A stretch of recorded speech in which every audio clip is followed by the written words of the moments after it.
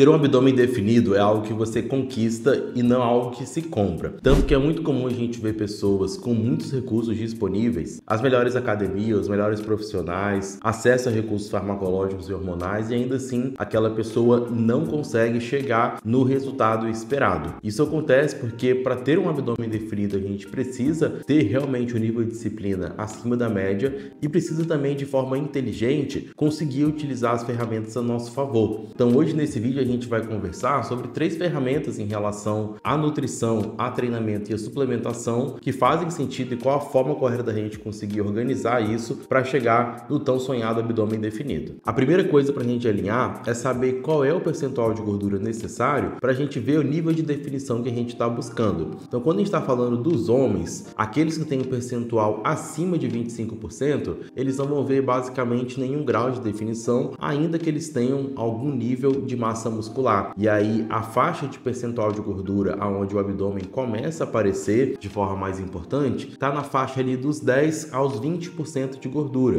Se você é um homem, por exemplo, que tem uma tendência a acumular um pouco mais de gordura na região do abdômen, na casa dos 20, 18, ainda não vai aparecer. Provavelmente você vai abaixar ali abaixo dos 15% e aí sim você vai começar a ver alguma definição, e chegando mais próximo aos 10%, aí você vai ter o máximo de definição possível. Quando a gente está falando de percentuais de gordura muito baixo, da ordem, por exemplo, de 6, 7%, como nesse exemplo que está aparecendo aí para vocês, de um fisiculturista natural que teve seu percentual medido por DEXA, que é o método padrão ouro para a gente fazer essa avaliação da composição corporal, esse percentual de gordura muito baixo, de 6, 7%, é um percentual que ele não é sustentável no dia a dia, tanto porque o nível de abdicação é um nível que não faz sentido para a maioria das pessoas que não são atletas, mas também do ponto de vista fisiológico, acaba não sendo saudável. Você tem alteração no humor, disposição, libido, imunidade. Então é importante, desde já, ter uma meta realista de onde você quer chegar. Já quando a gente está falando das mulheres, o nível de definição começa a aparecer ali por volta dos 27% de gordura. E a faixa ideal aí, pensando em um nível de definição sustentável para a gente conseguir conciliar com o estilo de vida aí da vida real, seria da ordem de 17 a 27% de gordura. Aqui aquela mesma regra vale para as mulheres também. Aquelas que têm uma maior tendência a acumular na região do abdômen vão precisar baixar um pouco mais. Normalmente a partir dos 20% ali é quando a definição começa a aparecer de forma mais importante. Agora, quando a gente fala da parte de treino, é mito que treinar abdômen não serve para nada. Caso contrário, quando você tirar aquela camada de gordura por cima, você não vai ter o que mostrar. O que acontece aqui é que muita gente acaba fazendo exercícios desnecessários, treinando em circuito, conjugando vários exercícios, ou então a pessoa não tem um domínio adequado ali da técnica do abdominal, que pode parecer simples, mas é uma coisa que precisa ter atenção, senão você acaba simplesmente ali fazendo uma flexão de tronco de forma desordenada,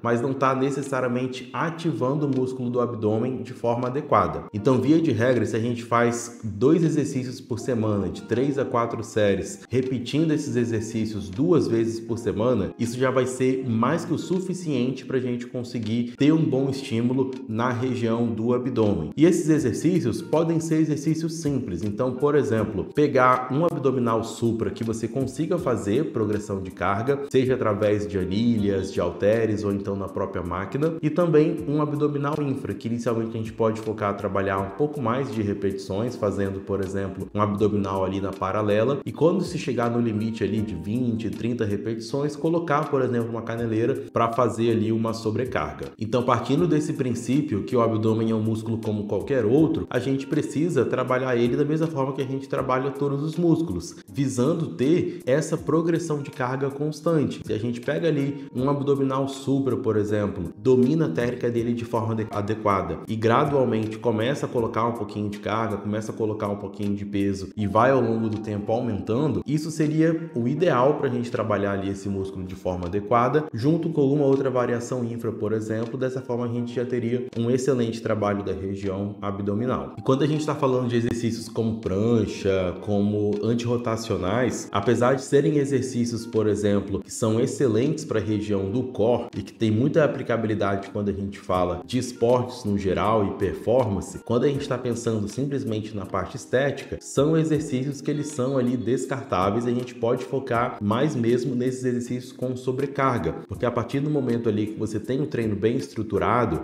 e que vai contemplar já exercícios livres como agachamento, stiff, terra, remada, etc. Esses são exercícios que já vão ter ali uma boa ativação da região do abdômen, de toda a região do core, na verdade, e aí a gente apenas complementa com esses exercícios isolados, realmente focados mais na região do abdômen. Sobre a quantidade de gominhos que vão estar ali aparentes também, é uma dúvida de muita gente se é algo que dá para mudar com o treino ou não. E a resposta é que não dá, isso é algo genético. Então, você vai ter o desenho do seu abdômen ali da forma que você nasceu, e o que a gente consegue fazer é melhorar um pouco mais o tamanho deles, o volume a partir do estímulo do treino, e naturalmente, quanto menor tiver o seu percentual de gordura, mais aparente estará o seu abdômen. Agora a gente vai falar da parte mais importante, que é a dieta. Você pode ter o melhor treino do mundo. Se você não conseguir tirar a gordura que tem ali por cima, por mais que você possa ganhar volume e função advinda do treinamento, a parte estética vai ficar comprometida justamente porque o seu percentual de gordura ainda vai estar alto. Então, quando a gente fala de dieta, é fundamental que seja uma dieta baseada em um déficit calórico, ou seja, você vai estar consumindo um pouco menos de calorias do que você gasta. Só que o como esse déficit calórico vai ser feito é fundamental para que seja um déficit sustentável, para você conseguir levar ali todo o processo e quando chegar no resultado, a gente conseguir sustentar esse resultado ao longo do tempo. E é por isso que quando a gente pensa em zerar carboidrato, em fazer infinitas horas de aeróbio, ou então abordagens extremas, elas não tendem a funcionar no longo prazo, porque por 1, 2, até 3 meses, quando a gente está muito motivado, a gente consegue fazer qualquer coisa, mas depois essas abordagens extremistas acabam não se provando sustentável ao longo do tempo e por isso a gente acaba perdendo o resultado e muitas vezes até reganhando peso maior em relação ao que estava antes. Então, basicamente, o que é o déficit calórico? É você entender que o seu gasto calórico total ele é formado por 4 componentes, sendo eles a sua taxa metabólica basal, que basicamente é a quantidade de calorias que você gasta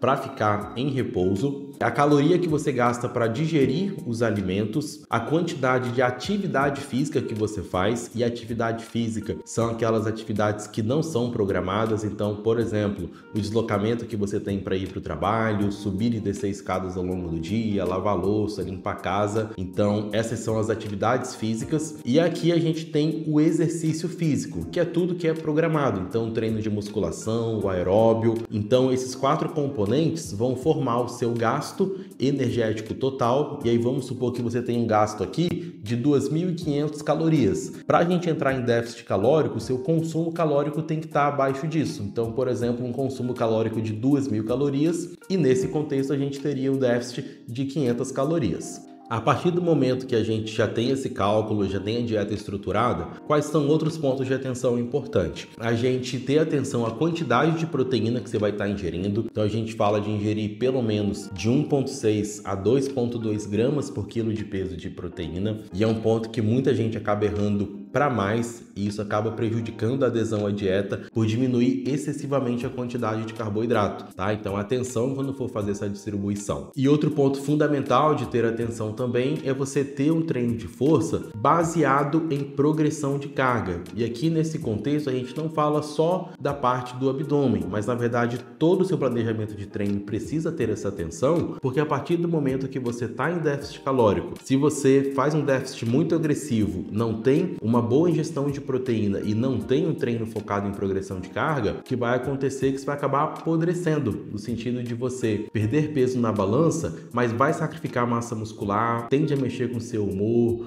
com sua disposição, com apetite, com libido, com uma série de coisas. Então é fundamental que a gente tenha esses 3 pontos muito bem estruturados: um déficit calórico ajustado, uma boa ingestão de proteínas e um treino focado em progressão de carga. Se isso aqui estiver acontecendo, as demais variáveis como número de refeições, se tu vai fazer jejum ou não, que horas você vai comer, tudo isso pode ter algum impacto, mas não são fatores determinantes, e é muito mais uma preferência se a pessoa quer ou não fazer jejum, se ela quer comer 3, 5, 6, 7 vezes durante o dia, do que algo que seja determinante. Então, se a gente tem essas 3 coisas sob controle, isso aqui é o mais importante e é o que de fato vai determinar se você vai ter ou não resultado. E esse ponto da dieta é um dos mais importantes importantes e é onde as pessoas também mais acabam errando. Tanto muitas vezes por um pensamento extremista, aquela pessoa que de uma hora para outra ela quer sair cortando tudo, aí faz um déficit calórico muito agressivo, experimenta perda de massa muscular, experimenta perda de disposição de forma geral, acaba tendo também um isolamento social porque essa pessoa não consegue mais sair, não consegue mais se divertir com os amigos ou tá numa situação ali com a família, porque ela acaba se privando muito mais que o necessário e vem aquela sensação de que não dá para viver assim, porque de fato não dá. Então, quando a gente tem uma abordagem um pouco mais gradual, uma abordagem mais racional, tendo uma visão mais ampla, de forma que a gente encaixe o planejamento e a pessoa consiga sair, comer o sushi que ela gosta, comer pizza, comer hambúrguer, ter a vida social dela, acaba sendo uma abordagem que faz muito mais sentido e é muito mais sustentável. E em algum grau nem parece que a pessoa está fazendo dieta, porque ainda se existe muito um estigma que dieta necessariamente é algo restritivo, é algo que você vai ter que abrir mão de muitas coisas. Mas não, fazer dieta é encontrar uma forma de se alimentar que faça sentido para você, que tenha uma racionalidade, que tenha um bom senso e que vai ser um caminho que vai te conduzir com um certo grau de prazer em direção aos seus objetivos. Então beleza, Matheus, já entendi que eu preciso fazer em relação à dieta, em relação a treino, mas como eu sei se eu tô no caminho correto? Essa é uma etapa muito importante, que é a parte da gente monitorar o progresso. E se você não monitora o progresso da forma adequada, você pode acabar se frustrando, seja porque você vai estagnar, seja porque você pode achar que está evoluindo devagar, mas você está evoluindo na velocidade certa, ou porque você tinha uma ilusão que seria num tempo X, mas na verdade vai demorar 2x. Dentro desse contexto, o que é importante? A primeira coisa é a gente verificar a magnitude do déficit calórico, que o déficit ideal inicialmente é na casa de 20%, então tu vai pegar aquele gasto calórico total e tirar cerca de 20% das calorias, esse que vai ser a magnitude do seu déficit. Quando a gente fala de observar o peso na balança, isso é importante, mas não é determinante. O esperado é a gente perder de 0,5 a 1% do peso corporal. Então, se a gente pega, por exemplo, uma pessoa ali que está na casa dos 70 quilos, no período de uma semana fazendo tudo certinho, esse é o esperado, que ela perca de 0,5 a 1% do peso corporal, o que vai na ordem ali de 350 a 700 gramas a menos na balança. Porém, o que a gente tem que ter atenção? Dentro desse processo de melhora da composição corporal, se está tudo bem alinhado, a dieta, o treino, o sono, é normal e esperado que essa pessoa ganhe também massa muscular, então que ela faça o processo ali de recomposição corporal, que ela perca gordura e ganhe massa muscular ao mesmo tempo. Então, se as duas coisas estão acontecendo de forma concomitante, a perda de gordura e o aumento de massa, em algumas semanas pode acontecer do peso não descer, do peso ficar igual ou até subir um pouquinho. Então isso é algo esperado e relativamente normal. Então não confie o seu resultado, monitorar o seu progresso somente ao número da balança, porque isso pode te frustrar e te gerar ansiedade. A melhor forma de monitorar o progresso é através de fotos, de medidas, de espelho, de roupas ou então fazendo uma avaliação física. Depois da dieta,